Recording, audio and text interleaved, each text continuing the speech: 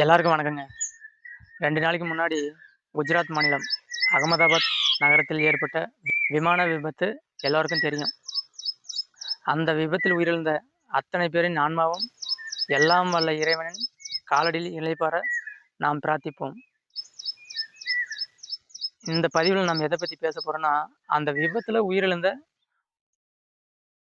ஒரு பெண்ணின் கடைசி நிமிடம் அவள் என்ன சிந்தித்திருப்பாள், என்ன நடந்திருக்கும், அந்த பெண்ணின் கற்பனையை கவிதையாக சொல்ல நினைக்கிறேன். கவிதையோட தலைப்பு விமான விபத்து. கடல் கடந்து சென்றேனும் என் பிள்ளைகளின் கல்விக்காக பணம் சம்பாதிக்க வேண்டும் என வானில் பயணித்தேன். என் போலவே பல கனவுகளோடு பலர் என்னோடு பயணித்தார்கள். வானில் பறந்த சில நிமிடங்களில் விமானம் கீழே இறங்கியது.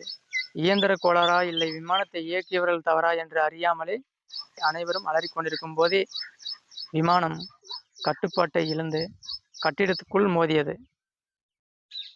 கட்டிட இடிபாடுகளில் சிக்கிய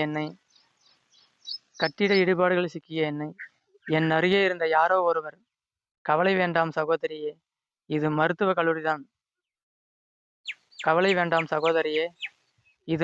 கல்லூரிதான். நான் உன்னை காப்பாற்றுகிறேன் என்று நம்பிக்கை தந்தார். அந்த வார்த்தையை சொல்லி முடித்த அக்கணமே காலன் அவர் உயிரை அபகரித்தான்.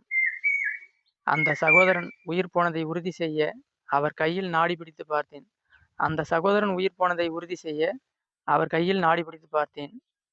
நானும் செவிலியர் என்ற முறையில்,